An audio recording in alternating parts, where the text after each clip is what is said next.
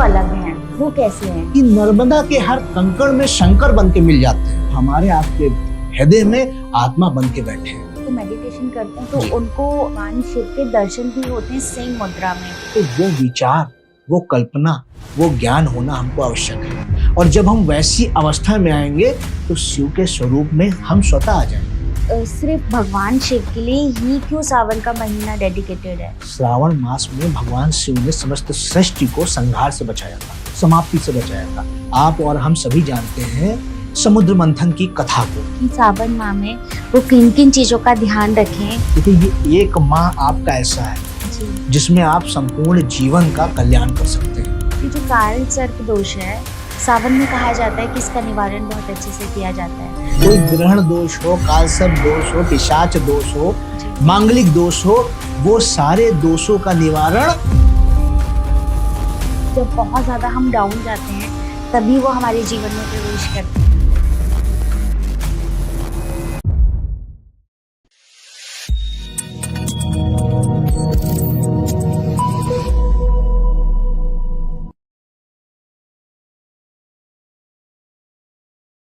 शिव ही सत्य है, शिव ही अनंत है, शिव ही सत्य है, शिव ही भगवंत है। हर हर महादेव एवरीवन। आज के सावन माह के इस पॉडकास्ट में हम बात करने वाले हैं भगवान शिव के ऊपर। उनका स्वरूप कैसा था, शिव कैसे सबके हैं, क्या शिव और शक्ति एक हैं और कैसे शिव शक्ति से मिले। ऐसे ही तमाम तरह की बातें जो हमें शिव के बारे में थोड़ा और गहराई से बताती हैं। क्यों सावन माह में हमें व्रत करने चाहिए, क्यों सावन का पूरा महीना भगवान शिव के लिए डेडिकेटेड है और कैसे हम छोटे छोटे उपायों से भगवान शिव का आशीर्वाद प्राप्त कर सकते हैं। तो चलिए फिर से स्वागत करते हैं डॉक्टर कुंवर हर्षित राजवीर जी का ओनली ऑन सोच matters with me Poonam Rawat. Harshit sir, बहुत बहुत स्वागत है आपका सोच मैटर्स पर। बहुत बहुत धन्यवाद आपका। हर हर महादेव। हर हर महादेव। आज का सर पॉडकास्ट भी महादेव के ऊपर है और मुझे बहुत सारी बातें हैं जो महादेव के बारे में जाननी है जी। तो होपफुली हम बहुत अच्छी बातें करेंगे जी। और मैं ऐसा समझती हूँ कि शायद आज मैं थोड़ा सा और गहराई से लॉर्ड शिवा को समझ पाऊंगी जी। तो मेरा सबसे पहला ही क्वेश्चन ये है कि भगवान शिव कौन है, बिकॉज उनको ना अलग अलग रूप में देखा जाता है जी। तो लेकिन उनकी एक्चुअल व्याख्या क्या है वो आप मुझे बताइएगा। देखिए, हम शुरुआत यहाँ से कर सकते हैं जी कि जो समस्त सृष्टि दिखाई पड़ रही है जी, जो जगत दिखाई पड़ रहा है जी, वो शिव है। और जो नहीं भी दिखाई पड़ रहा है वो भी शिव है। जो हमें दिखता है वो भी शिव है, जो नहीं दिखता है वो भी शिव है। अगर हम शिव की व्याख्या करना चाहेंगे जी, तो सबसे पहले हमें ये जानना होगा जो समय से परे हैं, जो शब्दों से परे हैं, उनकी व्याख्या हम और आप किस प्रकार करेंगे। हम उनकी व्याख्या करेंगे तो भक्ति से करेंगे, हम उनकी व्याख्या करेंगे तो श्रद्धा से करेंगे। और हम जब भी उनकी व्याख्या करेंगे तो हमको भगवान शंकराचार्य के शब्दों को, उनके मंत्रों को, उनकी व्याख्याओं को समझना पड़ेगा। जैसे भगवान शंकराचार्य ने सर्वप्रथम शिव के दर्शन किए या उनके बारे में जो भी व्याख्या दी वो हमारे आदि गुरु शंकराचार्य ने दी। और उसमें जब उन्होंने निर्वाण षटकम की रचना की तो उसमें साफ कर दिया कि शिव क्या है, शिव कौन है और शिव किस रूप में हमारे आपके भीतर विद्यमान है। उन्होंने कहा, न पुण्यम न पापम न सौख्यम न दुख्यम, न मंत्रो न तीर्थो न वेदा न यज्ञम, अहम भोजनम नयम भोजा न भक्तम, चिदानंद रूपम शिवोहम शिवोहम। जो ना किसी मंत्र में है, ना तीर्थ में है, ना यज्ञ में है, न किसी पुण्य में है, ना पाप में है जी। वो किसी भी प्रकार से किसी भजन में भी नहीं है, किसी स्वादिष्ट भोजन में भी नहीं। वो चिदानंद स्वरूप में है। वो जो है वो चेतना है जो हमारे आपके मतलब कह सकते हैं कि जीवन में जो चेतना बन के उभरती है। कभी ऐसा हमको महसूस होता है कि सर्व विषयों को हम जानते हैं, बहुत शॉर्ट समय के लिए ऐसा होता है। वही शिव है जी। मैंने देखा है कि मोस्ट प्रॉब्ली ना हमारे, जैसे मैं अपनी बात करूं तो मैं भी मन में कहीं ना कहीं ओम नमः शिवाय का जाप करती रहती हूँ। और ओम नमः शिवाय से ऐसा लगता है कि जो शिव है ना वो कहीं ना कहीं हमारे पास हैं। और जो शिव की पूजा है, अगर मैं उसकी बात करूं तो वो हम शिवलिंग में भी उनकी पूजा करते हैं, एक मूर्ति स्वरूप में भी उनकी पूजा करते हैं, अकेले शिव हैं स्टैंडिंग उसमें या खड़े हैं तब भी हम उनकी पूजा कर रहे हैं, और वो शिव परिवार के साथ है तब भी हम पूजा कर रहे हैं, है ना। तो उनका वो जो ऐसे भिन्न भिन्न स्वरूप है, और आई एम श्योर मेरी ऑडियंस को भी ऐसा लगता होगा कि हर किसी के शिव अलग हैं तो वो जो शिव अलग हैं वो कैसे हैं? देखिए, शिव ही मात्र एक ऐसे देव हैं जिनको हम जिस रूप में देखते हैं वो हमें वैसे दिखाई पड़ते हैं। जिसने चंद्रशेखर के रूप में देखा उसने देखा कि शिव ने चंद्रमा को अपने मस्तक पे धारण करके रखा है। जिसने गंगाधर के रूप में देखा उसने देखा कि उनकी जटाओं से गंगा बह रही है। और जिसने उन्हें शिव के रूप में देखा, जिसने उन्हें ज्योतिर्लिंग के रूप में देखा, तो वो जाके ज्योतिर्लिंगों का वो दर्शन कर रहा है। जिसने उन्हें योगी राज के रूप में देखा तो वो देख रहे हैं शिव और पार्वती एक ही शरीर में वास कर रहे हैं, क्योंकि ये योग है। ये शिव का योग का दर्शन है। तो आप और हम शिव को जिस रूप में देखते हैं शिव उसी रूप में हमको दिखाई पड़ते हैं, उसी रूप में हमको दर्शन देते हैं। वो निराकार है, उनका कोई आकार नहीं है, और वो हमारे आपके हृदय में आत्मा बन के बैठे हैं। कभी हमको वो साकार रूप में दर्शन देते हैं हिमालय पे, कभी वो हमको काशी में मिलते हैं, कभी हमको ये मान के चलिए कि नर्मदा के हर कंकड़ में शंकर बन के मिल जाते हैं। ये है शिव, जिनकी व्याख्याएं अनंत हैं। क्यों? क्योंकि वो समय और शब्द से परे हैं। वो मात्र एक देवता ऐसे हैं जो समय और शब्द दोनों से परे हैं। समय से पूर्व भी शिव थे और समय के बाद जब कुछ नहीं रह जाएगा तब भी शिव रहेंगे। ये है हमारे महादेव, जो भोले भंडारी भी हैं।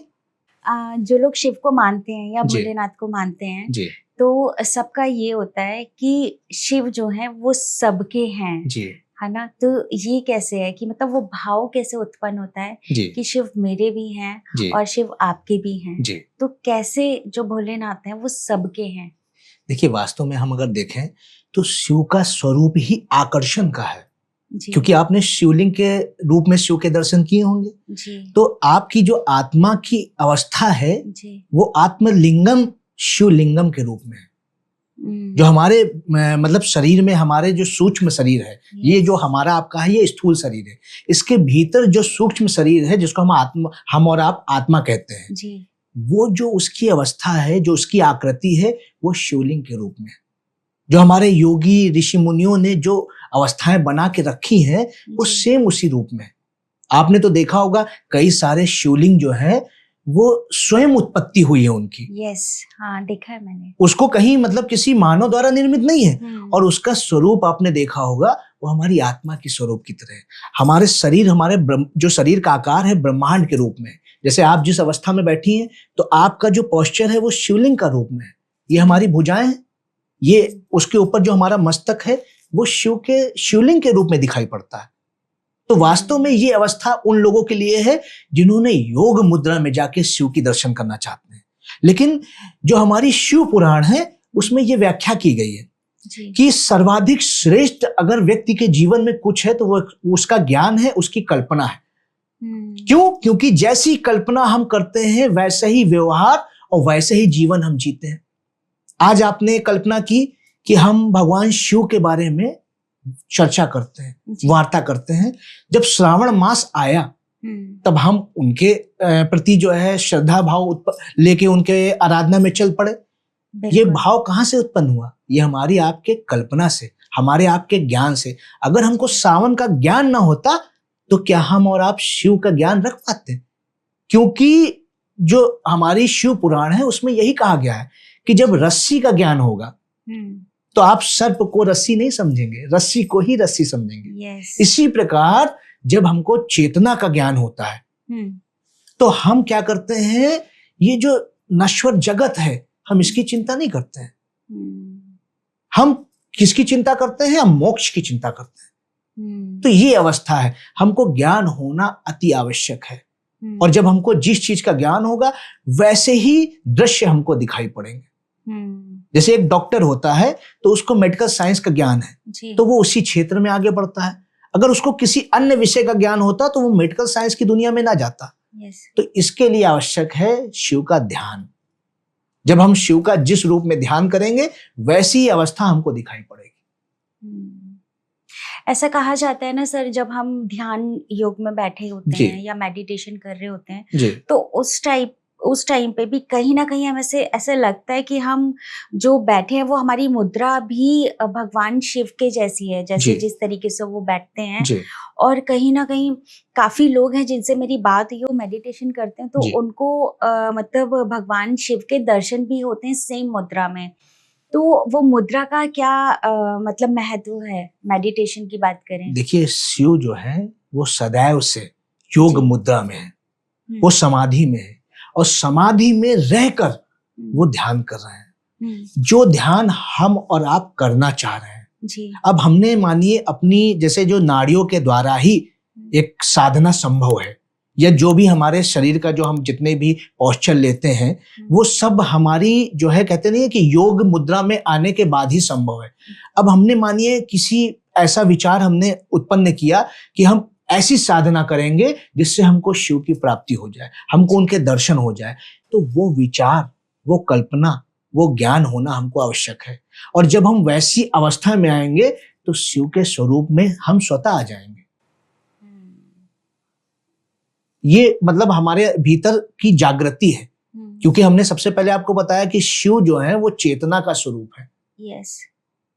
इसीलिए उनके बारे में भी कहा भी गया है। किसी ने शिव पुराण में अपनी व्याख्या दी, किसी ने शिव संहिता में उनकी अपनी व्याख्या दी। शिव संहिता में उनको एक योगी के रूप में दर्शाया गया है।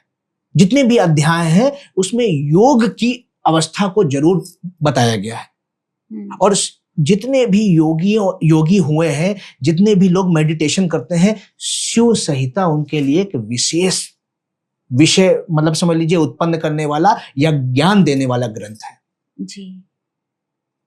अगर हम इसकी बात करें कि शिव संहिता की अगर हम बात करें जी, तो इसमें भी शायद अलग अलग पाठ हैं, है ना? हठ योग भी आई थिंक कई सारे अध्याय हैं जिसमें जी, जी। और 4 योगों में एक हठ योग भी आता है जी। जैसे राजयोग भी है, सांख्य योग भी है, सबका अपना अलग ज्ञान दिया गया है। लेकिन इन 4 योगों में हठ योग एक ऐसा योग है जैसे हमने किसी प्रकार का निश्चय कर लिया, कोई संकल्प कर लिया। अब हम जैसे साधना करते हैं उसमें निरंतरता बनाए रखते हैं, यही एक हठ योग की आधारशिला है। जैसे हमारे शरीर में 7 चक्र हैं जी। और हमारे जो है शरीर में 3 नाड़ियां हैं। आप सभी जानते होंगे, सभी व्यूअर्स भी जान रहे हैं कि इंगला, पिंगला और सुषुम्ना नाड़ी ये जो 3 होती है। वैसे जो 7 चक्र होते हैं उसमें जो सबसे मुख्य चक्र है या जो पहला चक्र है जिसको हम मूलाधार कहते हैं। मूल हम सभी जानते हैं जहां से किसी मतलब समझ लीजिए चेतना की उत्पत्ति होती है। हम सभी जानते हैं कि कुंडलिनी कैसे जागृत होती है, 7 चक्रों में शुद्धता से। जब हम 7 चक्रों की शुद्धता करते हैं तभी हमारी कुंडली जागृत होती है। लेकिन एक बहुत शॉर्ट टर्म के लिए, जितने भी आज तक योगी सन्यासी हुए हैं बहुत कम समय के लिए उनकी कुंडली जागरण हुई है। लेकिन वो शिव ही है जिनकी हर अवस्था में हर समय जिनकी कुंडली जागृत है, और वो अपनी कुंडलिनी को जागृत करके समस्त सृष्टि का वो पालन भी कर रहे हैं, पोषण भी कर रहे हैं, और जब समय पड़ रहा है तो संहार भी कर रहे हैं।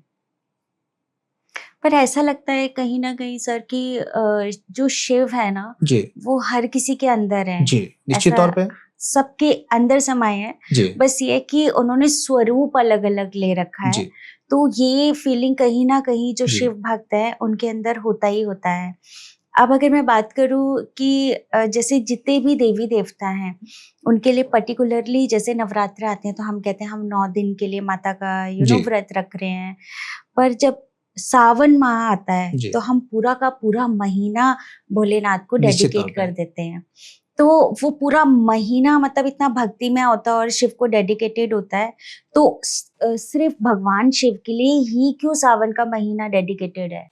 देखिए, श्रावण मास में भगवान शिव ने समस्त सृष्टि को संहार से बचाया था, समाप्ति से बचाया था। आप और हम सभी जानते हैं समुद्र मंथन की कथा को। जी। समुद्र मंथन में जब समझ लीजिए समस्त सृष्टि से धन और संपत्ति औषधि सब कुछ जा चुकी थी जल प्रलय के पश्चात, तब जब समुद्र मंथन हुआ उस दौरान जो पहला रत्न निकला जिसको हलाहल विष कहते हैं, उसका पान करने कोई देवता कोई देवी आगे नहीं आई।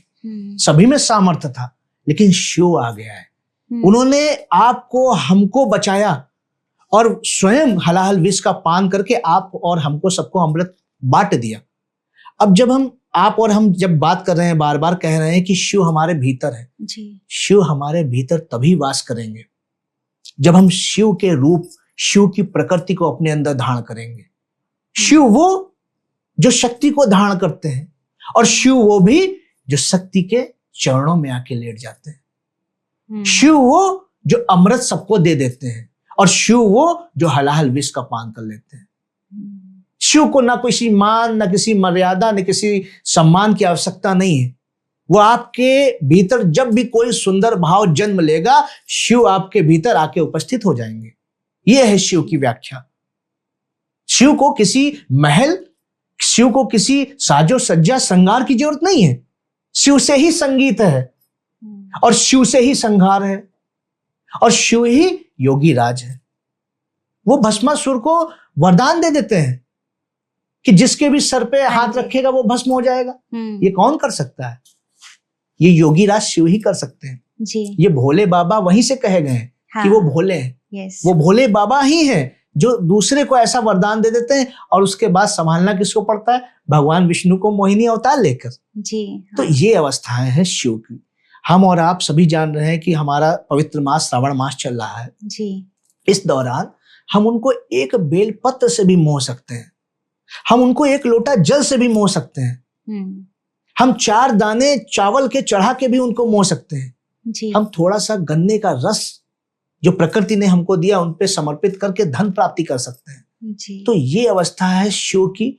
शिव को भाव चाहिए, शिव को कोई सामग्री से नहीं मोहा जा सकता है। शिव, मैंने जैसे बताया कि शिव किसी महल में नहीं रहना चाहते, उनके पास तो स्वयं प्रकृति में सर्वाधिक सौंदर्यवान जो है वो कैलाश में विराजते हैं। कैलाश में वास करते हैं वो। शिव कैलाशों के वासी।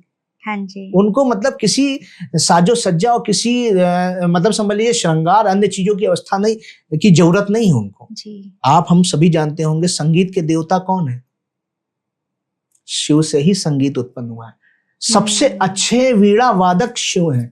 अच्छा। सबसे अच्छे जो नृत्य करने वाले हैं वो भी शिव हैं। और जो वो नृत्य जब गलत मतलब कहते नहीं क्रोध का रूप लेता है तो वो तांडव करने वाले भी शिव हैं। तो इसीलिए कह सकते हैं हम लोग कि शिव जो है अवाक्य है, उनकी कोई व्याख्या नहीं की जा सकती।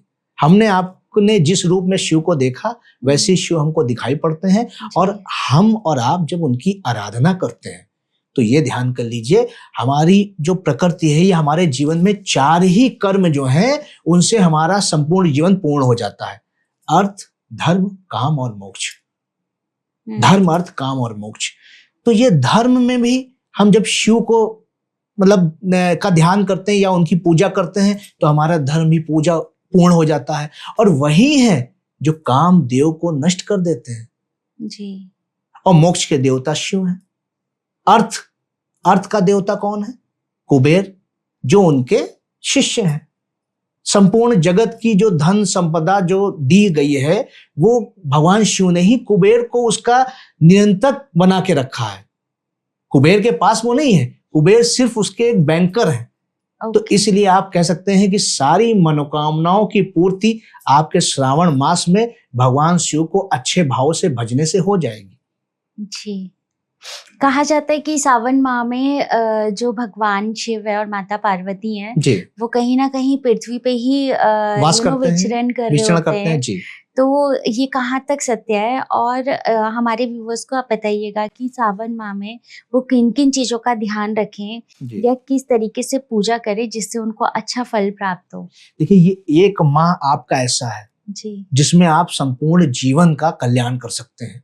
आप अपनी मनोकामनाओं की पूर्ति कर सकते हैं, वो किसी भी प्रकार की मनोकामना हो। लेकिन शिव जो है वो इस बात में आप ध्यान रखिएगा कि जो सरल है वही शिव है जी, जो शांत है वही शिव है जी, जहां उग्र होते हैं वहीं रुद्र हो जाते हैं। ये शिव की व्याख्या है। तो आप सरल भाव से, शांत भाव से अच्छी मनोकामनाएं उनके चरणों में समर्पित कीजिए और उनके भजन करके, उनकी पूजन करके 1 माह आपको शुद्ध अवस्था में रहना है। 1 माह आपको कम से कम अपने जीवन में किसी प्रकार की गलत धारणा नहीं लानी है, खान पान में शुद्धता रखनी है। क्योंकि जब आप जैसा मतलब समझ लीजिए खान पान करेंगे वैसे विचार आएंगे। अब आप सतोगुण का खान पान करेंगे तो आप में तमसी गुण और रजोगुण आएंगे नहीं, तो उसी प्रकार की आपकी मनोकामना होगी और भगवान शिव बोले हैं आपकी मनोकामनाओं की पूर्ति कर देंगे। जो कन्याएं अच्छा वर चाह रही हैं जी, वो भगवान शिव को का ध्यान करना शुरू करें, उनकी आराधना करना शुरू करें। इसी माह में उनको आशीर्वाद मिल जाएगा। जो लोग धन से परेशान हैं वो यही श्रावण मास है। मैं कई उपाय भी आपको इस पॉडकास्ट में, शो में बताने वाला हूं। जैसे कोई रोग से पीड़ित चल रहा है तो आपके जीवन में रोग का कारक जो है वो ग्रह है मंगल और कहीं ना कहीं केतु। तो वो लोग बेल पत्र भी चढ़ाएं और थोड़ा सा गुड़ भी चढ़ा दें, भगवान शिव को अर्पित कर दे। ओम अंगारकाय नमः, ओम केंग केतुवे नमः कह के जब आप भगवान शिव को वो तत्व अर्पित करते हैं तो आपके जीवन में कभी रोग नहीं आता है। इसी प्रकार जो लोग ज्ञान से वंचित रह पा रहे हैं, जिन्हें कोई कंपटीशन बीट करना है, जिन्हें कोई मतलब समझ लीजिए प्रतियोगिता में बैठना है, सफलता प्राप्त करनी है, इसके लिए वो कहते नहीं है कि ज्ञान के जो देवता है बृहस्पति, उसके तत्व को भगवान शिव के चरणों में, शिवलिंग में अर्पित कर दें। और यही वो मास है जहां आप रुद्राभिषेक करते हैं शिव का। 9 ग्रह की सामग्री के साथ, तो चमत्कारिक लाभ आपको मिलता है जी। पर रुद्रा अभिषेक का ऐसा है सर कि हर कोई जाके मतलब मंदिर में या पंडित के द्वारा नहीं करा सकता जी। तो उसकी कोई ऐसी विधि है कि हम स्वयं से भी रुद्राभिषेक कर पाए? निश्चित तौर पे देखिए, हम सभी सनातन संस्कृति, हिंदू संस्कृति से बिलोंग करते हैं। हमारे आसपास मंदिर मिल ही जाते हैं, होते हैं। अगर ऐसी अवस्था है कि नहीं, हम लोग कहीं ऐसी मतलब कोई फ्लैट या अपार्टमेंट वगैरह में रह रहे हैं, नहीं मंदिर है, तो अपने घर में वो शिवलिंग रख के, और आजकल तो समझ लीजिए वीडियो पे भी तमाम पड़ी हुई रहती हैं, आप रुद्राष्टकम का पाठ कीजिए। आप रुद्राष्टकम का पाठ करके और आप जो है भगवान शिव को जो 9 ग्रहों की सामग्री है उसके द्वारा उनका अभिषेक कीजिए। उसमें आपको किसी पुरोहित की या अन्य की आवश्यकता नहीं है, क्योंकि जब आप अपने भाव मतलब समझ लीजिए खुद ब खुद भगवान शिव के चरणों में बिना किसी बीच के व्यक्ति के आप रखेंगे तो निश्चित तौर पे शिव आपकी जो भी मनोकामना है उसकी पूर्ति कर देंगे जी। यहाँ पे ये आप जब करते हैं कि जैसे किसी ब्राह्मण या किसी मतलब जो है पुरोहित वगैरह को आपने बुलाया, तो दैट टाइम उनके मस्तिष्क में कौन सा विचार चल रहा हो, वो पूजा तो कर रहे हैं, मंत्र का मतलब समझ लीजिए उच्चारण तो कर रहे हैं, उस समय हो सकता है उनका मन कहीं और हो। तो इसलिए आप भगवान शिव जो समझ लीजिए सरल हैं, जो भोलेनाथ हैं, उनकी आराधना, उनकी पूजा, उनका रुद्राभिषेक स्वयं कर लें और घर में करेंगे तो घर में सुख संपन्नता आएगी, समस्त प्रकार के जो नेगेटिविटी है वो दूर होगी। तो हर सोमवार को कोशिश ये करें कि जो श्रावण मास में 4 सोमवार को वो रुद्राभिषेक अवश्य करें। जी। शिवलिंग की आपने बात करी कि घर में शिवलिंग रखा जा सकता है। जी निश्चित तौर पे। पर क्या ऐसा भी होता है कि हर किसी को अलग अलग शिवलिंग रखने होते हैं, या किस टाइप का शिवलिंग हर कोई रख सकता है? देखिए ऐसी हमारी जो है समझ लीजिए ग्रंथों में मान्यता है कि बहुत बड़े रूप में शिवलिंग नहीं रखना चाहिए, क्योंकि वो कहते नहीं कि ज्योतिर्लिंग रूप है, बहुत मतलब अधिक ऊर्जा का समावेश हो जाएगा, तो वो वहां पे चीजें थोड़ी सी मतलब डिस्टर्बेंस मतलब पैदा हो जाएगा। इसके लिए हम नर्मदेश्वर शिवलिंग का प्रयोग करें, क्योंकि नर्मदा का हर कंकड़ ही शंकर है। जब हम उसको किसी भी रूप में लाके रखते हैं तो नर्मदेश्वर शिवलिंग की जो भी व्यक्ति अपने घर में स्थापना करता है वो एक निश्चित तौर पे ये बात को जान ले, वहां पे सुख संपत्ति, धन, पद, प्रतिष्ठा, मान सम्मान का वास होता ही होता है जी। और सामान्य रूप में आप तीर्थों का जल लाके भी भगवान शिव का अभिषेक कर सकते हैं। किसी अन्य सामग्री की आवश्यकता नहीं है।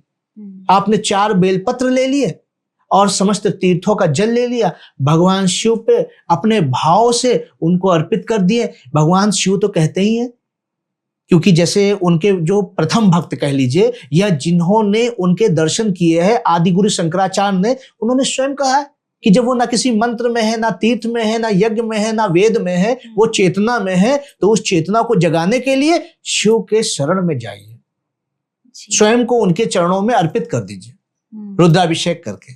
जी, शिव शक्ति की अगर हम बात करें जी, और कहा जाता है कि शिव शक्ति एक है, तो कैसे शिव शक्ति से मिले, पहले तो मैं ये जानना चाहती हूँ। जी, देखिए, जब हम शिव की बात करेंगे तो वहां पे रहस्य विज्ञान की बात आएगी, क्योंकि जो एक मिस्ट्री है, जो तमाम समझ लीजिए हमारे ऋषि मुनियों ने, हमारे जो भी रिसर्चर रहे हैं, उन्होंने समय समय पे शिव की तमाम लीलाएं देखी हैं। जो देवता है वो लीला करते हैं। अब जब हम शिव के मतलब शिव पुराण के अनुसार जब बात करेंगे, तो पहले शिव की का जो विवाह हुआ था वो सती से हुआ था। हाँ जी। और सती, आप जानते हैं, हम सभी सती की, शिव और सती की कथा को जानते हैं। सती ने शिव के जो मतलब अपमान के कारण स्वयं को भस्मीभूत कर लिया था। फिर पर्वतराज हिमालय की पुत्री पार्वती से उनका विवाह हुआ जी। ये हम शिव पुराण के रूप में ये कथा जानते हैं। लेकिन जब हम शिवा की बात करेंगे, शिव और शक्ति के एक रूप, जो मतलब अर्धनारीश्वर स्वरूप, आप सभी जानते हैं कि आधा नारी आधा जो है समझिए नर का स्वरूप शिव ने लिया था जी। जैसे राधा कृष्ण की बात है, राधा कोई और नहीं है, वो श्री कृष्ण के हृदय में जो आत्मा वास करती है वही राधा है। इसी प्रकार जो शिव के हृदय में वास करती है वही शक्ति है। जब शिव से शक्ति को आप पृथक कर देंगे तो वो शव हो जाएंगे। शिव शिव तभी तक हैं जब तक कि उनके हृदय में शक्ति है। शक्ति के पृथक होते ही वो शव हो जाते हैं, अर्थात कुछ नहीं। तो ये अवस्था है हमारे आपके भीतर, जो समझ लीजिए आत्मा है, परमात्मा का जो अंश है, वो ठीक उसी प्रकार शिव के भीतर जो आत्मा है वो शक्ति है। पार्वती माँ की बात करी जाए तो जैसे मेरे को ऐसे लगता है कि जो भगवान शिव हैं उनका प्रथम प्रेम सती जी थी जी।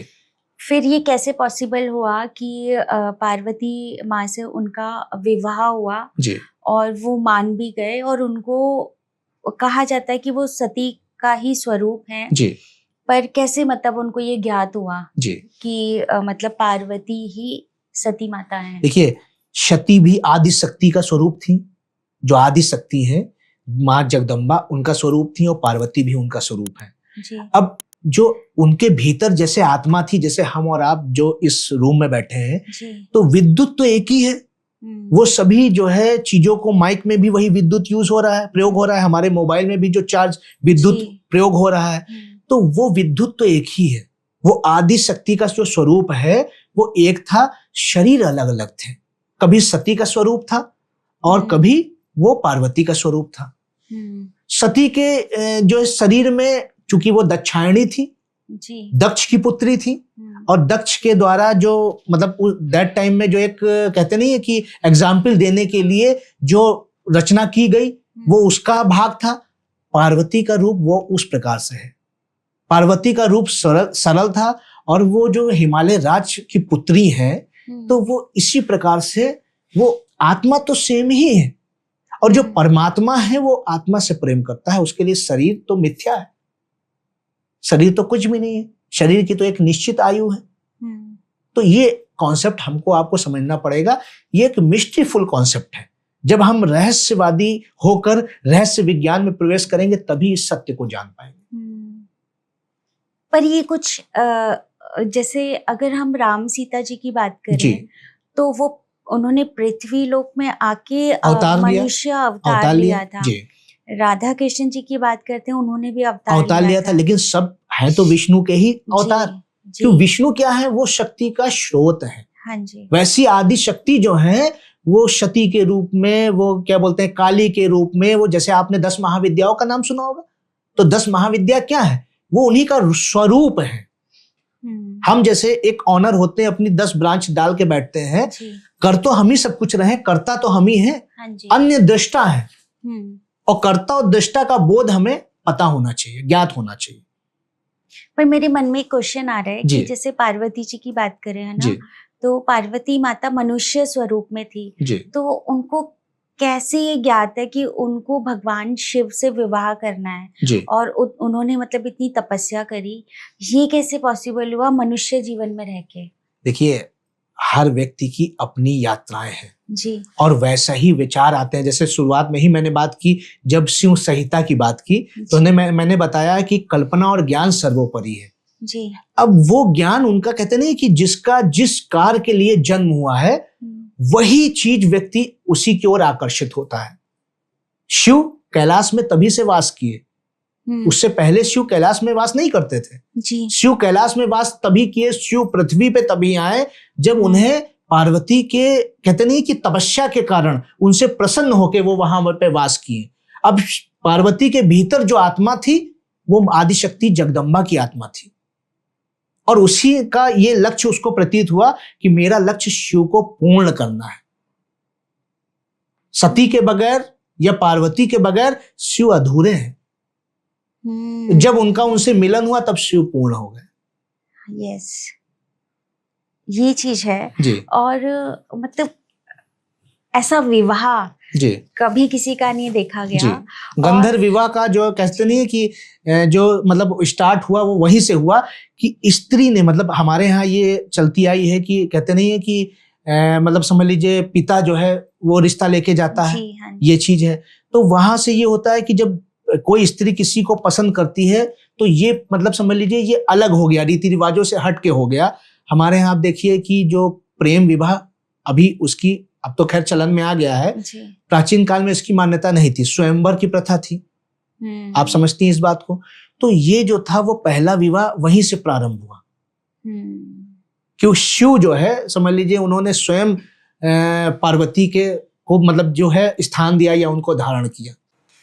पर ये कितनी अच्छी बात है, मतलब कि अगर हम देखें कि वो स्त्री स्वरूप में थी और एक स्त्री के अंदर मतलब उन्होंने ये फील करा कि हाँ मतलब मैं खुद से अपना वर चूज कर सकती हूँ। जी, चुनाव तो जो है, चयन जो है उन्होंने स्वयं किया। तो ये कितनी अच्छी बात है। तो ये तो यानी तभी उसी टाइम से काल से ही प्रारंभ हो गया था, जो युगों युगों से पूर्ण की बात है। हम कह सकते हैं कि सतयुग से प्रारंभ हुआ था ये चीज। 4 युग है, आज हम कलयुग में बैठे हैं। तो सतयुग, उसके बाद त्रेता, उसके बाद द्वापर और कलयुग। त्रेता में भी यही अवस्था थी कि जब सीता जी की जो शक्ति थी उसके अनुरूप पे उनका कोई अन्य वर मिल ही नहीं सकता था। जो पार्वती हैं वो शक्ति का स्वरूप है, उनको अन्य कोई वर मिल ही नहीं सकता था। इस प्रकार से, क्योंकि भाई कहते नहीं है कि जो जिसको संभाल सकता है, जिसमें जिसके लिए सामर्थ्य है, तो वही तो उसका चयन और चुनाव करेगा। भाई आप माता सीता और प्रभु श्री राम के विवाह के बारे में भी जानती होंगी कि उनका विवाह माता सीता का जब स्वयंवर किया गया तो उस धनुष का, वो शिव का धनुष था, उस धनुष को अन्य कोई नहीं उठा सकता था। उस माता सीता ने उसको अपने हाथ से उठा के दूसरी तरफ रख दिया। तब उनके जो गुरु थे वो ये जान गए कि ये जो है कोई अन्य स्वरूप है, क्योंकि माता सीता का जन्म तो धरती से हुआ था, आप हम सभी जानते हैं। तो वो कोई उनके मतलब माता और पिता जो है जनक और मतलब वो तो थी नहीं उनकी। तो ये जब चीजें देखा, दर्शन किया, उन्होंने समझा इस चीज को, उसी प्रकार शिव के मतलब जो है विवाह की बात करेंगे तो जो पार्वती में जो एक क्षमता थी उसके आधार पे ही उसको मतलब उनको वर मिला। सर अगर हम भगवान शिव की बात करें जी, तो ऐसा एक भाव होता है कि भगवान शिव जो है वो आपके जीवन में तभी प्रवेश करते हैं जी, या तो आपके जीवन में कुछ ऐसा घटित होता है जब आपको समझ नहीं आता कि अब क्या है। काफी लोगों के जीवन में वो मिड एज में आते हैं, काफी लोगों के जीवन में तब आते हैं जब वो इमोशनली ब्रेक डाउन होते हैं या उनको कोई रास्ता नहीं मिल रहा होता। तो मैं वही जानना चाहती हूँ, जैसे शिव सबके हैं तो वो ऐसा कैसे होता है कि मतलब जब बहुत ज्यादा हम डाउन जाते हैं तभी वो हमारे जीवन में प्रवेश करते हैं? देखिए, कहा यही गया है, हर व्यक्ति ये एक समझ लीजिए एग्जाम्पल के तौर पे भी देख सकता है कि जब आपके जीवन में कुछ भी नहीं बचता है तब आपके साथ शिव खड़े हो जाते हैं आके। आपने देखा होगा कई लोग ऐसे हैं कि जिनसे मतलब धन से बहुत अधिक परेशान हो गए, समस्या आ गई और उनका साथ देने वाला कोई, उनका मित्र संबंधी कोई नहीं है, नाते रिश्ते सब दूर हो गए उनसे, तब आपने देखा है कि वो व्यक्ति शिव की आराधना करता है और शिव की आराधना करने के बाद वो शिव का स्वरूप ले लेता है। ये भी मैं रहस्य आपको बता रहा हूं, जितने भी लोग शिव की भक्ति करते हैं जी, आपने देखा होगा कि वो संपूर्ण परिवार का दायित्व उठा के चलते हैं। भाई एक परिवार में आप जानते हैं 4 बेटे होते हैं, 4 बेटियां होती हैं, जिनमें से एक होता है जो सबको लेके चलता है। मैं गारंटी के साथ कह सकता हूं कि वो कहीं ना कहीं शिव से जुड़े हैं। तो जैसे आपने कहा नहीं कि शिव सबके हैं, हाँ। तो शिव की पूजा करने वाला भी सबका है। आपने जैसे बताया कि ब्रेक डाउन कभी हुआ, ब्रेकअप वगैरह भी हो जाता है, तब भी आदमी मानसिक समस्या में होता है। शारीरिक प्रॉब्लम हो या मतलब समझ लीजिए मेंटल प्रॉब्लम हो, कोई भी ऐसी प्रॉब्लम आती है, व्यक्ति शिव के समीप खुद ब खुद पहुंच जाता है और वहां से वो एक नया रूप लेके आता है और नई ऊर्जा के साथ आता है। आपने देखा होगा कि लोगों का सब कुछ चला गया, अक्सर कोई ऐसी बीमारी आ गई, कोई ऐसा मतलब लॉस आ गया या कोई किसी ने ट्रस्ट को तोड़ दिया, धीरे धीरे उसके जीवन में एंजाइटी आ गई, डिप्रेशन आ गया, वो ओवर थिंकिंग करने लगा।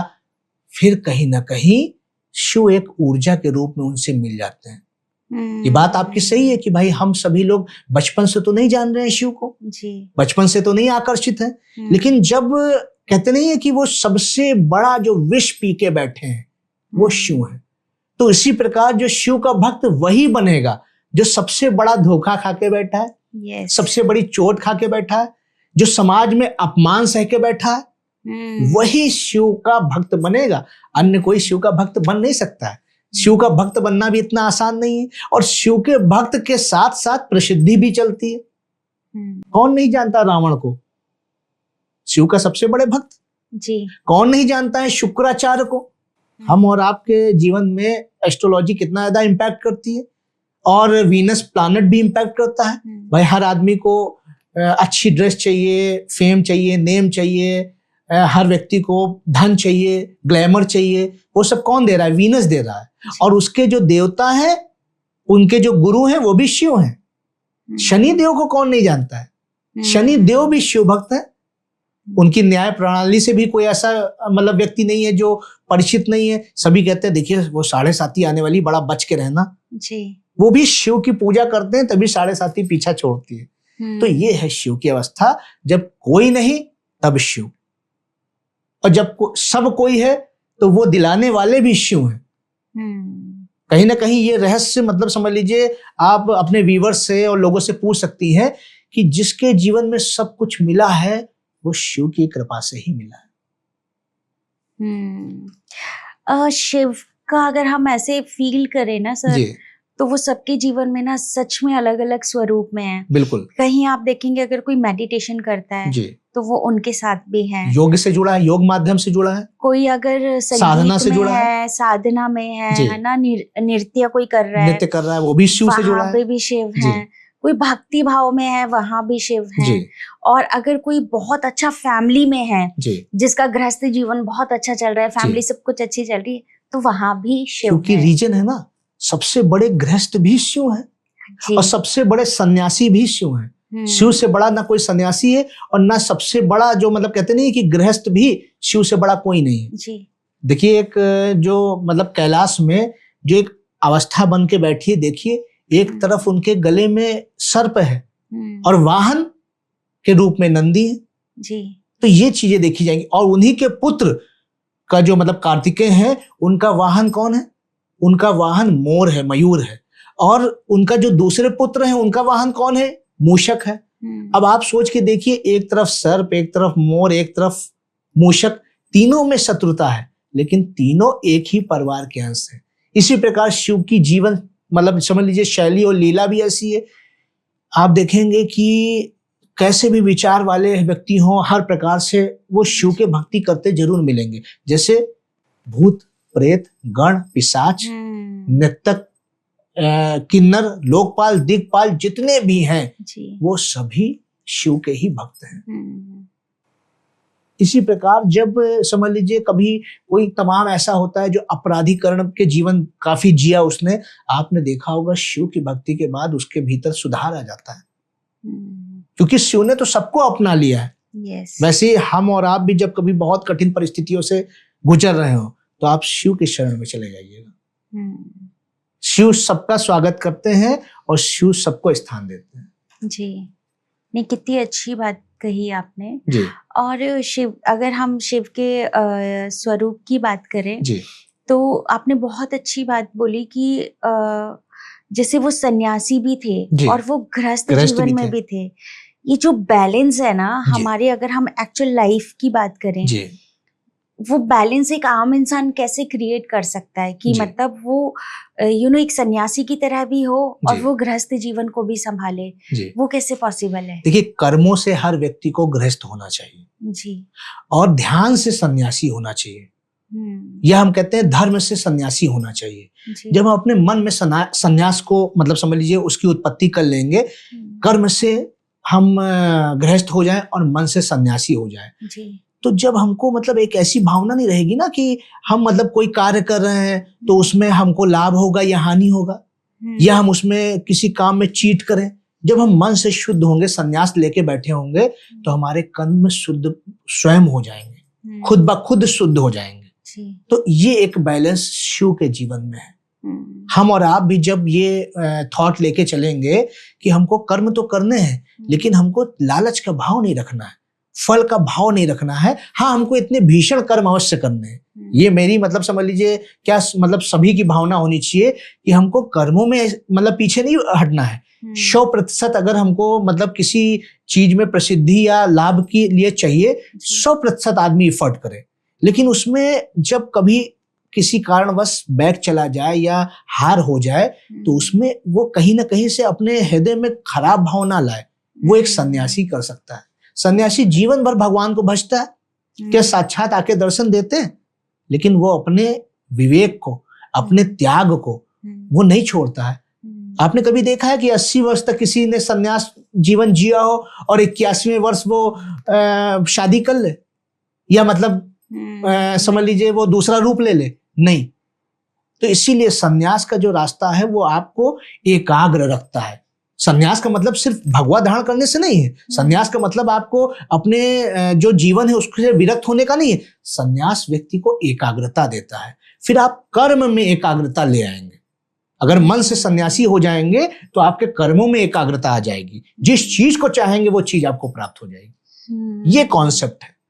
हाँ, मुझे आपकी बातचीत से ना एक बहुत मतलब एक बिल्कुल ऐसा सटीक वो मिला है जी, कि जैसे भोलेनाथ की बात करें जी, वो ध्यान योग में रहते थे, तो कहीं ना कहीं उनका फोकस क्लियर था और उनको चीजें वैसे दिखती थी जैसे दिखनी चाहिए जी।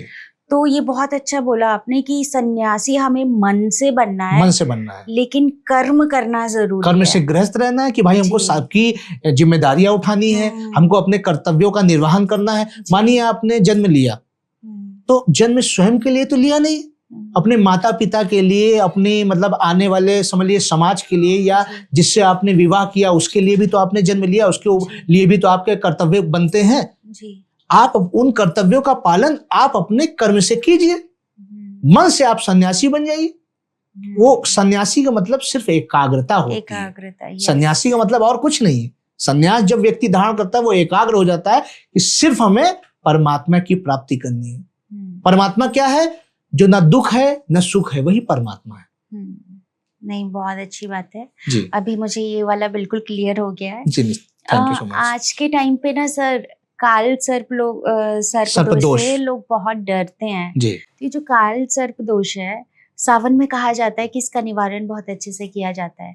तो आप हमारे व्यूअर्स को बताइए कि अगर कोई काल सर्पदोष से ग्रस्त है तो वो कैसे सावन में इसका उपचार कर सकते हैं? देखिए, सबसे पहले मैं ये बता दूं, एस्ट्रोलॉजी की जब बात चली है जी, तो ज्योतिष में जितने भी दोष हैं जी, कोई ग्रहण दोष हो, काल सर्प दोष हो, पिशाच दोष हो, मांगलिक दोष हो, वो सारे दोषों का निवारण वो शिव की पूजा से ही होता है। ये मतलब वास्तविकता है। इसी प्रकार जितने भी लोग कालसर्प दोष से पीड़ित हैं, वो वर्तमान का ये जो सावन मास का समय है ये उनके लिए बहुत ज्यादा लाभकारी है। जी। काल सर्प दोष में ये कहा गया है कि राहु और केतु के मध्य अन्य सभी ग्रह बैठ जाते हैं। जी, जी। तो जैसे एक जो है पलड़ा माया और एक पलड़ा मोक्ष पकड़ लेती है, जैसे आप झूले पे नहीं बैठते हैं तो एक रस्सी राहु एक रस्सी केतु पकड़ लेते हैं और फिर वो बीच के बच्चे सातों ग्रहों को झुलाते रहते हैं। वैसे ही व्यक्ति का जीवन काल सर्प दोष जिनके भी है उनका जीवन इसी तरह झूलता रहता है। सुख देने वाला शुक्र, ज्ञान देने वाला गुरु और वाणी देने वाला बुध, सम्मान देने वाला सूर्य, कर्म देने वाला शनि, मतलब जो है सुख देने वाला या कह लीजिए कि मनमोहक या मनोकामना पूर्ति करने वाला चंद्रमा, सभी पीड़ित हो जाते हैं काल सर्प दोष में। तो जब वो त्रिशूलधारी भगवान शिव की आराधना करेंगे तो निश्चित तौर पे काल सर्प दोष समाप्त हो जाएगा। उसका एक बहुत मतलब छोटा सा उदाहरण मैं आपको मतलब कह लीजिए उपाय आपको मैं बताता हूँ जी। करना ये है कि जो तांबे के सांप और मतलब नाग और नागिन हमको बनाने हैं जी। और उसको अपने साथ एक दिन रख के दूसरे दिन अपनी नाभि से स्पर्श करा के और अपने सर से उतार के जो मतलब एंटी क्लॉकवाइज और भगवान शिव के चरणों में हमको जो रुद्राभिषेक करते हुए उनके चरणों में अर्पित कर देना है। तो ऐसी मान्यता है कि जो आपके मतलब जीवन में आपके शरीर में जो ऐसी नेगेटिव एनर्जी है उसका इम्पैक्ट आपके जीवन से खत्म हो जाता है, क्योंकि शिव जो है वो समझ लीजिए समस्त भूत प्रेत पिशाच जितने भी हैं सब उनके शरण में रहते हैं, जितने भी ग्रह हैं सब उनकी शरण में रहते हैं। वहां से आपको काल सर्प दोष से समाप्ति मिल जाती है, मुक्ति मिल जाती है जी। रुद्राक्ष की अगर बात करें जी तो पहली बात तो कौन सा रुद्राक्ष धारण करना चाहिए जी। और क्या रुद्राक्ष महिलाएं भी धारण कर सकती हैं? निश्चित तौर पे देखिए रुद्राक्ष जो है वो शिव का श्रृंगार है। अब हम और आप जो चर्चा कर रहे हैं वो शिव की ही कर रहे हैं। तो जब आप रुद्राक्ष धारण करते हैं तो जीवन में स्थिरता आती है। जितने भी मतलब रुद्राक्ष धारण करने वाले व्यक्ति हैं वो ये तो समझ लीजिए एक व्यापारीकरण भी जैसे हो गया है कि किसी ने दो मुखी बताया, एक मुखी रुद्राक्ष तो मैं पहले आपको क्लियर कर दूं वो नहीं आता है। कोई भी व्यक्ति ये इस सोच में ना पड़े कि एक मुखी रुद्राक्ष होता है, वास्तविकता में नहीं होता है। जो भी है मार्केट में सब फेक है। 2 से 14 मुखी तक हमको धारण करने चाहिए अपनी अपनी अवस्थाओं के आधार पे।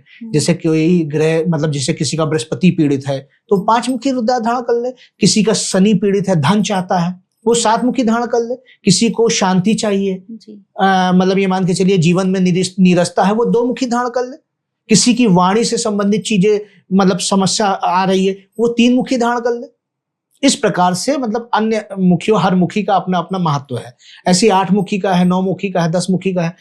तो रुद्राक्ष आपके जीवन में एकाग्रता लेके आता है। वो चाहे कोई स्त्री जातक धारण करे चाहे पुरुष धारण करे। हाँ, रुद्राक्ष चूंकि भगवान शिव के परमानंद के अवस्था के आंसू हैं ऐसा माना जाता है। जब शिव ने परम सत्य के दर्शन किए उस दौरान भगवान शिव की आंखों से जो अश्रु बहते थे वो जहां जहां गिरे वो रुद्राक्ष के पेड़ वहां से उत्पन्न हुए और ये उनका अक्ष रुद्र का अक्ष है। तो वो उनके मतलब समझ लीजिए फल के रूप में श्रृंगार के रूप में है जिसको शिव धारण करते हैं जी। तो जब कोई स्त्री या जातक या पुरुष जातक उसको धारण करे तो शुद्धता अवश्य रखें जी। वो रात्रि में पहन के सोना वर्जित है, किन्हीं ऐसे स्थानों पे लेके जाना वर्जित है। उसको साफ सफाई से आप दिन भर धारण कीजिए और रात्रि में उठा के अपने मंदिर में रख दीजिए। प्रातः काल फिर स्पर्श करा के फिर से आप धारण कर सकते हैं जी। ये रुद्राक्ष की महिमा है जी। और रोगों से भी मुक्ति देता है। आप किसी रोग से भी पीड़ित मतलब आप किसी रोग से भी पीड़ित है हाँ। क्योंकि वो योगी है ना, योगी का श्रृंगार है। तो जब आप योगी का मतलब श्रृंगार जब आप स्वयं धारण कर लेंगे तो रोगों से भी मुक्ति मिलेगी। तमाम लोग हैं जिनको स्किन डिजीज होती है वो रुद्राक्ष चांदी के ग्लास में रुद्राक्ष डाल के उसका पानी पीना शुरू कर दे। अच्छा, उनको स्किन डिजीज कम हो जाएगी।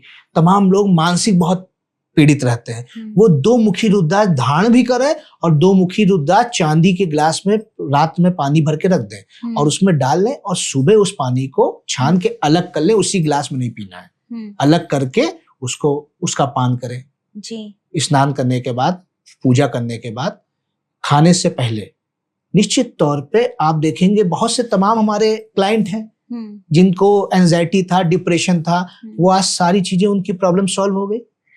पर कहीं ना कहीं ऐसा भी माना गया है कि रुद्राक्ष जो है ना जी, उसकी एनर्जी बहुत हाई होती है। तो अगर तो आप बहुत ज्यादा एंजाइटी डिप्रेशन में हो या फिर आप बहुत एग्रेसिव नेचर के हो जी, तो कहा जाता है कि मतलब वो उनका गुस्सा और ज्यादा थोड़ा बढ़ा देती है अगर वो रुद्राक्ष पहनते हैं। नहीं, ऐसा नहीं है। बात यह है ना कि ये हम एक मेडिसिन के रूप में यूज कर रहे हैं। जी। जब कोई सही मेडिसिन कोई व्यक्ति लेगा तो निश्चित तौर पे वो जो हमारे मतलब कहते नहीं अन्य तत्व हमारे शरीर में उत्पन्न हो रहे हैं तो उन तत्वों को समाप्त करेगा। जैसे हम डिटॉक्सिकेशन की बात करते हैं, डिटॉक्स किया हमने, तो ये वही कार्य करेगा जीवन में। आपको बस ये है कि जब कोई ऐसी प्रॉब्लम से आप को फेस कर रहे हो तो आप निश्चित तौर पे एकांत पसंद करेंगे। एकांत में रह के शिव का ध्यान कीजिए। शिव आपकी समस्त समस्याओं का निराकरण कर देंगे, आपकी समस्त संकटों को हर लेंगे। जी। क्या हम किसी और का रुद्राक्ष मतलब फैमिली में ही जी किसी और का रुद्राक्ष धारण कर सकते हैं? मतलब निश्चित तौर पे देखिए, अगर किसी ने आशीर्वाद प्रसाद के रूप में दिया है, अब ये ना करें कि आज आप पहन रहे हैं, कल किसी को दे रहे हैं, फिर परसों किसी को दे रहे हैं। प्रसाद रूप में, आशीर्वाद रूप में, जैसे मानिए आपके कोई बुजुर्ग या कोई देके गया है तो निश्चित तौर पे शिव से स्पर्श करा के आप अपने उसको धारण कर सकते हैं अपने शरीर में। उससे आपको लाभ ही मिलेगा, आशीर्वाद बढ़ेगा ही। जी सर, अगर हम नवग्रह की बात करें और तो नवग्रहों को कैसे शांत किया जा सकता है सावन माह में? देखिए, नवग्रहों के लिए तो ये कहा गया है कि भगवान शिव के जो मतलब शिवलिंग है उसमें जो है नवग्रहों का वास होता है। और जब भी आप भगवान शिव को समझ लीजिए रुद्राभिषेक करते हैं या उनका अभिषेक किसी भी माध्यम से करते हैं तो वो निश्चित तौर पे आपको अच्छा फल देने लगते हैं। शांति तो बहुत मतलब छोटी सी बात है, वो आपके मतलब पक्ष में हो जाते हैं, क्योंकि जब आप उनके आराध्य देव की पूजा कर रहे हैं, उनके आराध्य की पूजा कर रहे हैं तो निश्चित तौर पे आप जानिए कि जैसे किसी ऑफिस में है, जब हम एक उसमें काम करने वाले छोटे से कर्मचारी को प्रसन्न करना होता है तो उसके मालिक से जब हमारे कांटेक्ट हो तो कर्मचारी तो वैसे भी आपसे बहुत खुश रहेगा, क्योंकि भाई हमारे वो तो उनके हमारे जो ऑफिस के मालिक हैं उनसे बहुत अच्छे कांटेक्ट हैं। लेकिन सबके जो हमारी मतलब मान्यताएं हैं, हर ग्रह के तत्व अलग अलग हैं। जैसे कोई व्यक्ति मतलब ज्ञान से संबंधित कोई समस्या चल रही हो, बृहस्पति पीड़ित हो, वक्रीय हो या किसी अन्य भाव में ऐसा बैठा हो, तो ये मान के चलिए चने की दाल भगवान शिव को अर्पित कीजिए, उससे रुद्राभिषेक कीजिए। मतलब जो आप उनको अर्पित कर रहे हैं वही अभिषेक कहा जाता है। जलाभिषेक, दूध से अभिषेक। जैसे कोई व्यक्ति मतलब आर्थिक तौर पे बहुत परेशान चल रहा हो, आदमी आजकल देखिए तमाम सारे मतलब वीडियोस चल रहे हैं, तमाम सारे उपाय चल रहे हैं, उसमें ये जो एक मतलब फैक्ट है और लाभ देता है। तमाम सारे लोग समझ लीजिए ये रिप्लाई भी कर सकते हैं कि जिसको आर्थिक समस्या चल रही हो वो गन्ने का रस से भगवान शिव का अभिषेक करे। और श्रावण मास तो एक समझ लीजिए परम पवित्र मास है, इसमें तो मतलब समझ लीजिए तुरंत आपकी मनोकामनाओं की पूर्ति होती है।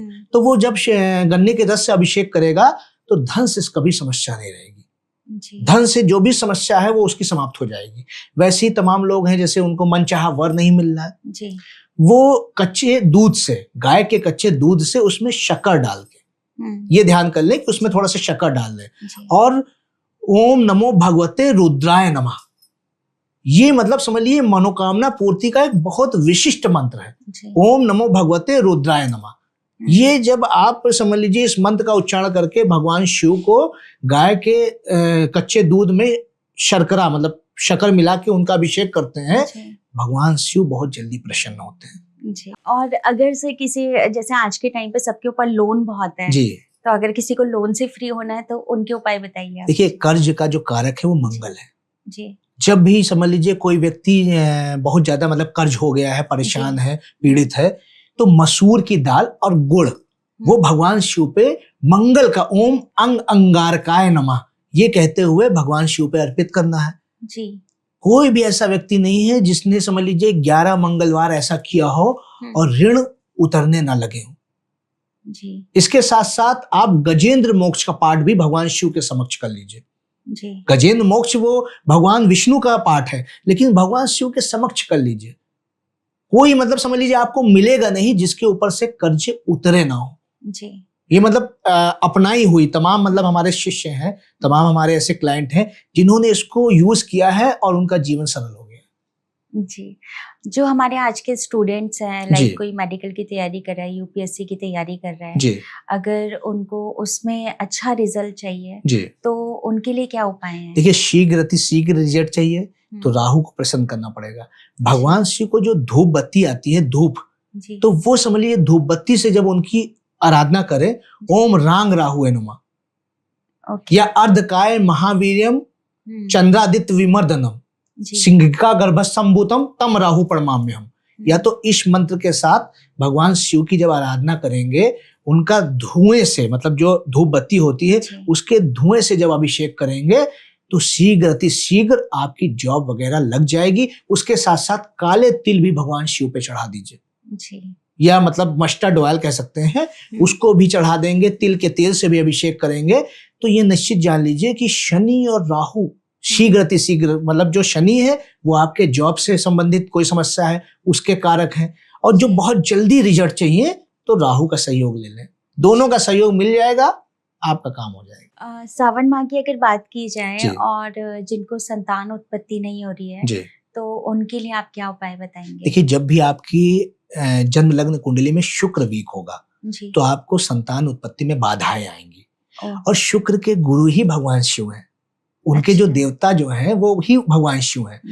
तो आप दही से और उसमें शर्करा, दही और शक्कर दोनों मिला के आप भगवान शिव का अभिषेक कीजिए, रुद्राष्टकम का पाठ कीजिए, नमामि शमीशान निर्वाण रूपम विभुम व्यापकम ब्रह्म वेदस्व निर्गुणम निर्विकल्प निरीहम चिदाकाश माकाश वासम भजेम। गोस्वामी तुलसीदास द्वारा रचित इस प्रकार से जब उनकी व्याख्या करेंगे, जब उनकी समझ लीजिए आराधना करेंगे, उपासना करेंगे, वो भी श्रावण मास में, क्या कहने, निश्चित तौर पे आपके घर, जो भी लोग ऐसा कर रहे हैं उनके घर खुशियों की किलकारी गूंजेगी। सावन का जो महीना है ना वो बहुत पवित्र महीना माना जाता है, पर मैं ये चाहती हूँ कि आप थोड़ा सा इस बारे में बात करें कि जब कावड़ लेने जाते हैं काफी लोग, तो देखा जाता है कि बहुत, एक तो ट्रैफिक जाम होता है, और काफी लोग ऐसे हैं ना जो बहुत ज्यादा मौज मस्ती करते हुए कावड़ लेने जाते हैं, तो उनको आप क्या अपना संदेश देना चाहेंगे? वो देखिए, एक तो अवस्था ऐसी है कि व्यक्ति जो है शिव के जो भक्त है वो मस्त और मलंग है, लेकिन उसके साथ साथ ये भी देखना है कि शिव जो है वो सन्यासी है, वो कभी किसी को यूं ही मतलब समस्या नहीं देते हैं या कुछ नहीं करते हैं। तो अगर वास्तव में हम अपने हृदय में शिव की भक्ति रखते हैं तो हमको सत्यम शिवम सुंदरम का भी स्मरण रखना है अपने मस्तिष्क में, कि जो सत्य है, जो सरल है, वही शिव है। तो उसी सरलता के साथ हम भगवान शिव के द्वार जाएं, हम रास्ते में मतलब लोगों को परेशान करते हुए ना जाएं, हम साधारण तौर पर मन में भगवान शिव के चरणों का ध्यान करते हुए उनके द्वार पे जाएं और वहां अपनी मनोकामनाएं कहें, या हम अपनी जो भी हमने इतना श्रम किया है, इतना उनकी भीषण समझ लीजिए तपस्या करके जा रहे हैं, लेकिन उससे जब दूसरे को समस्या होगी तो वो भी शिव के अंश है। आप शिव की आराधना अवश्य कर रहे हैं, लेकिन जो अन्य लोग जा रहे हैं वो शिव के ही अंश है, समस्त सृष्टि शिव की है। तो अव्यवस्था नहीं फैलानी है, जहां व्यवस्था है वही शिव है, अवस्था में शिव नहीं रह जाते हैं, फिर वहां शव हो जाते हैं। जी, मतलब जो भी करना है बहुत शांति व्यवस्थित ढंग से, शांतिपूर्ण ढंग से, सरलता से करनी है, बस शिव प्रसन्न हो जाएंगे। जी, आज आपसे सर इतनी सारी बातें करी है, हमने शिव को समझने की कोशिश करी है, उनके जीवन को समझने की कोशिश करी है। एक उनका जो गृहस्थ जीवन है वो बहुत ही इम्पैक्टफुल है ना, जो शिव और पार्वती जी का है। जैसे शिव कैलाशों में रहते हैं, पार्वती जी महल में रहती थी, फिर उसके बाद भी माता उनके पास गई और वहां वो बहुत अच्छे से रह रहे हैं। लेकिन जो आज का टाइम है ना, वहां पे आप देखेंगे कि इतने सारे हस्बैंड वाइफ हैं, वहां कोई कंपैटिबिलिटी नहीं है, लोग निभा नहीं रहे हैं उस रिश्ते को ना, डिवोर्स केसेस बढ़ रहे हैं, और अब तो इतना हो गया है कि लोग मार काट पे भी उतर आए हैं। आज के टाइम पे जैसे देखेंगे बहुत सारी क्रिमिनल एक्टिविटीज भी बढ़ गई है, तो उसके लिए फिर आप क्या कहना चाहेंगे? देखिए, जब हम भगवान शिव और माता पार्वती से ही उदाहरण प्रस्तुत कर रहे हैं तो हमें उनके जीवन को समझना पड़ेगा। देवता हमको ज्ञान देने के लिए है, हमारे जैसे स्कूल में टीचर्स थे क्या, वो हमको ज्ञान देते थे। हम जैसे कोई पढ़ाई करते हैं, हम चाहे डॉक्टरी की पढ़ाई करें, इंजीनियरिंग की पढ़ाई करें, तो वो हमको ज्ञान देता है, उसी के आधार पे हम डॉक्टर, इंजीनियर या बैरिस्टर बनते हैं। शिव के जीवन और जब हम पार्वती के जीवन की बात कर रहे हैं तो एक तरफ पार्वती जो समझ लीजिए एक राजा की पुत्री है, सती जो राजा की पुत्री है, लेकिन वो तपस्या कर रही शिव को प्राप्त करने के लिए। आज के समय में हम और आपके जो जीवन चल रहा है, कौन सी एक सी नारी है जो अपने पति को प्राप्त करने के लिए तपस्या कर रही है, अपनी सुख सुविधा, अपनी मतलब समझ लीजिए सब व्यवस्थाएं छोड़ के अव्यवस्था के बीच जाके वो उनको तप करके प्रसन्न कर रही है। आज तो एक फोन कॉल पे चैटिंग होती है, मीटिंग होती है, उसके बाद व्यक्ति अपनी मर्यादा को भंग कर देता है, मर्यादा से दूर हो जाता है। दूसरी तरफ शिव जो त्रिलोक के स्वामी है, जो समस्त देवताओं के भी देवता है, महादेव है, वो एक साधारण मनुष्य कह लीजिए, उसकी तपस्या से मोहित हो रहे हैं और उसको मतलब उसके साथ वर के रूप में आ रहे हैं जी, उनके साथ विवाह कर रहे हैं। ये धारणा, ये ध्यान जब हम अपने हृदय में धारण करेंगे और तब हम उनके तत्व को अपने शरीर में समावेश कर लेंगे और निश्चित तौर पे जैसे भावना हम रखेंगे वैसी हमारी प्रकृति हो जाएगी। हम अगर सरल भावना रखेंगे, हम अगर उन देवता की आराधना करेंगे, उनको अपने जीवन में ढाल लेंगे, तो हम वैसे ही जीवन जिएंगे। फिर डाइवोर्स मतलब समझ लीजिए तो दूर की बात है, मन मुटाव भी नहीं होगा। मतलब जो व्यक्तिगत जीवन है उसमें कोई किसी प्रकार की लड़ाई भी नहीं होगी। क्यों? क्योंकि हमारे अंदर ये भावना आ जाएगी ना कि वो हमारे प्रभु हैं। जैसे प्राचीन काल में कहा जाता था कि जो मतलब पति है वो भगवान है, आपका पति परमेश्वर, ये शब्द यूज होता था।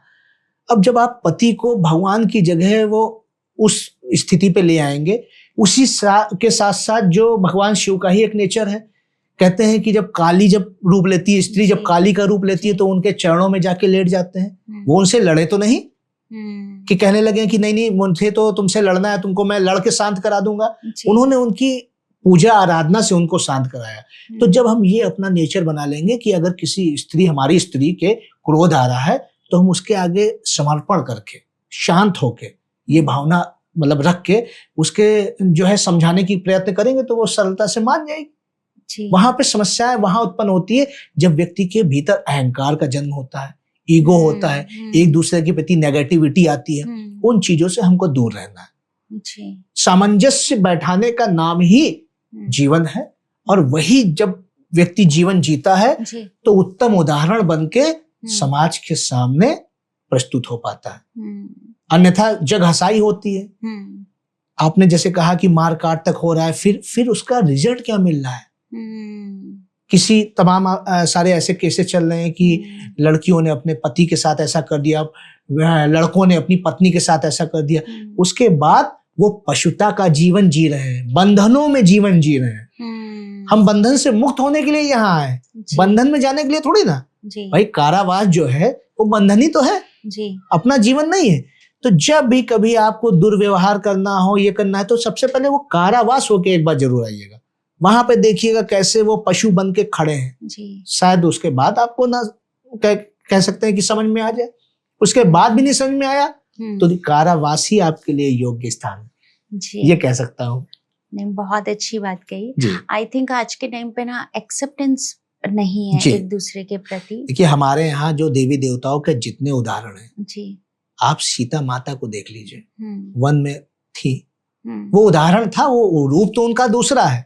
वो हमारे मतलब समझ लीजिए समाज में दर्शन देने के लिए आई थी कि एक रावण महाशक्तिशाली उनको हर के गया और स्पर्श भी नहीं कर पाया, स्पर्श करने चलता तो भस्म हो जाता। एक राम को देखिए, उन्होंने अपनी पत्नी के कहते नहीं है कि सम्मान के लिए वो समझ लीजिए त्रिलोक से में सबसे ज्यादा सर्वाधिक शक्तिशाली था, तमाम वरदान लेके बैठा था रावण, उसको वानर, रीछ और क्या बोलते हैं मतलब पशु पक्षियों की सेना लेके उसको परास्त कर दिया। ये देखा जाता है। उन्होंने अपनी पत्नी के मर्यादा और सम्मान की रक्षा की, माता सीता ने अपने पति के सम्मान की रक्षा की। ये हमारे जीवन का ज्वलंत जीवित उदाहरण बनना चाहिए। हम भगवान राम को रट रहे हैं, सीताराम सीताराम कह रहे हैं, सीताराम को हृदय में बैठाना होगा, राधा कृष्ण को हृदय में बैठाना होगा, शिव पार्वती को हृदय में बैठाना होगा। जब आप हृदय में बैठाएंगे तो हृदय से वैसे जो भी भाव निकलेंगे वो पवित्र होंगे। जी, आज के टाइम पे देखा जाता है कि मतलब जब कोई भी न्यू कपल शादी करता है ना जी, तो वो खुद को रिप्रेजेंट करता है शिव और पार्वती जी से। जी। या तो वो ऐसे मंदिर जाएंगे, काफी ऐसे भी केसेस आए कि केदारनाथ में जाके वो एक दूसरे को प्रपोज कर रहे हैं या ये सब चीजें कर रहे हैं, लेकिन बाद में थोड़े टाइम बाद मतलब वो जिनको पूज रहे हैं उनसे कुछ सीख नहीं रहे हैं जी। कि वहाँ जो है, मतलब अगर हम अपने जीवन में वैसा भी उतार लेना तो शायद वो जिंदगी थोड़ा सा और बेहतर हो जाए जी। तो वो बहुत अभाव है, इसको ज्ञान का अभाव बोलेंगे या एक्सेप्टेंस का अभाव बोलेंगे जी। तो काफी अच्छी बातचीत रही आपसे और बहुत अच्छा लगा आपसे बातचीत करके। और आप हमारे पॉडकास्ट में आए, भगवान शिव के बारे में हमने बहुत सारी बातें करी, उसके लिए आपका बहुत बहुत धन्यवाद। और सावन माह का ये जो महीना है वो आपके लिए भी बहुत शुभकारी हो।